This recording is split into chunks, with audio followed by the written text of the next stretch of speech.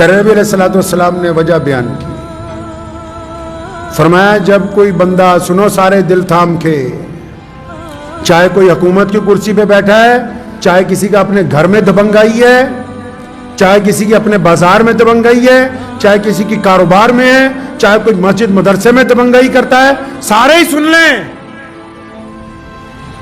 صرف یہ نہیں کہ حکومتیں سارے ہی، جس کو اللہ نے جتنی خدائی کا حصہ دیا ہے، جب بندہ دبنگائی کرتا ہے نا تو نبی علیہ الصلوۃ والسلام نے فرمایا، حدیث کا مفہوم ہے کہ جب بندہ کسی ایسے آدمی کے ساتھ زیادتی کرتا ہے جو سامنے سے جواب نہیں دیتا، ہوتا ہے نا لوگ کوئی اپنی بیوی کے ساتھ، کوئی اپنے ملازم کے ساتھ، کوئی راہگیر کے ساتھ، کوئی چلتے ہوئے کسی غریب آدمی کے ساتھ، یہ بڑے بڑے لوگ جن کو کینسر ہو جاتا ہے، یہ بڑے بڑے چودھری جنہوں نے کبھی کوئی غلط چیز کھائی نہیں ہے، جو پانی بھی 10 دفعہ فلٹر کر کے پیتے ہیں، جن کے گھر میں آرگینک کھانے جاتے ہیں، ان کی چھاتی میں کینسر کیسے پلا؟ ان کو کیا ہو گیا؟ جو کہتے ہیں کہ ہم تو کبھی کوئی ناجائز چیز، کبھی ہاتھ دھوئے بغیر کسی کو کچھ لگایا ہی نہیں، کیا ہوا ان کو؟ سنو نبی علیہ الصلوۃ والسلام نے فرمایا، پیارے پیغمبر نے کہا کہ جب کوئی بندہ کسی ایسے بندے پر ظلم کرتا ہے جو آگے سے بولتا نہیں ہے، جب کوئی بندہ کسی ایسے پر تشدد کرتا ہے جو آگے سے چپ ہو جاتا ہے، خاموش ہو جاتا ہے، آگے سے کوئی بولتا ہی نہیں، چاہے وہ بیوی ہو، چاہے وہ پڑوسی ہو، چاہے وہ دیندار لوگ ہوں، چاہے وہ بددین لوگ ہوں، چاہے وہ مسلمان ہو، چاہے وہ غیر مسلم ہو، جو بھی آدمی اپنی طاقت کا غلط استعمال کرتا ہے، اور جب وہ کسی پہ استعمال کرتا ہے نا، تو جس پہ طاقت استعمال کرتا ہے، طاقت دو طرح کی استعمال ہوتی ہے، جب طاقت استعمال کرتا ہے نا تو سامنے والا چلاتا ہے، گالی دیتا ہے، بدتمیزی کرتا ہے، لیکن یہ جو حدیث ہے، جب بندہ طاقت استعمال کرتا ہے نا تو سامنے والا جب چپ ہو جائے، ڈر جائے، سہم جائے، خاموش ہو جائے، تو پھر فرشتے اللہ کے پاس جاتے ہیں کہ اللہ وہ تیرا فلاں بندہ، یہ جو گنڈا بنا ہوا ہے، تیرا فلاں بندی وہ جو ظلم کر رہی ہے، یا اللہ جس پر تشدد ہوا وہ سامنے والا چپ ہو گیا ہے، بولتا نہیں ہے، ڈر گیا ہے۔ اس لیے ڈر گیا ہے، وہ سمجھتا ہے کہ بولوں گا تو تھپڑ نہ مار دے، بولوں گا تو قتل نہ کر دے، بولوں گا تو مجھے تشدد کا نشانہ نہ بنائے، بولوں گا تو میری بے عزتی نہ کرے۔ جب گنڈا بندہ دبنگائی کرتا ہے نا کسی ایسے بندے پر جو اتنا مظلوم ہوتا ہے، اتنا وقت کا مارا ہوا ہوتا ہے نا، چپ ہی ہو جاتا ہے، بالکل خاموش ہو جاتا ہے نا، فرشتے حق تعالیٰ کو کہتے ہیں کہ الہی، اے رب العالمین، تیرا فلاں بندہ تو بالکل چپ ہو گیا، بالکل خاموش ہو گیا، ڈر گیا۔ سنو پھر کہاں سے کام خراب ہوتا ہے ظلم کرنے والے کا، جب ظلم سہنے والا بالکل چپ ہو جاتا ہے تو رب جس نے یہ دنیا بنائی، وہ الہ جو کائنات کا مالک ہے، وہ دنیا کے لوگ جس کو ایشور کہتے ہیں، جس کو ہم اکال پرخ کہتے ہیں، وہ خدا جو تمام کائنات کا پالن ہار ہے، جب بندہ چپ ہو جاتا ہے نا، پھر اللہ فرشتوں کو کہتے ہیں اچھا وہ سامنے والا میرا بندہ گھبرا گیا، سہم گیا، ڈر گیا، چپ ہو گیا، تو اچھا اٹھاؤ قلم، لکھو اب جو یہ ڈر گیا ہے اس کی طرف سے بدلہ اس کا رب لے گا، اور جب رب بدلہ لینے پہ آتا ہے بندے کی مت مار دیتا ہے، دنیا کی کوئی طاقت پھر اس کا ساتھ نہیں دیتی۔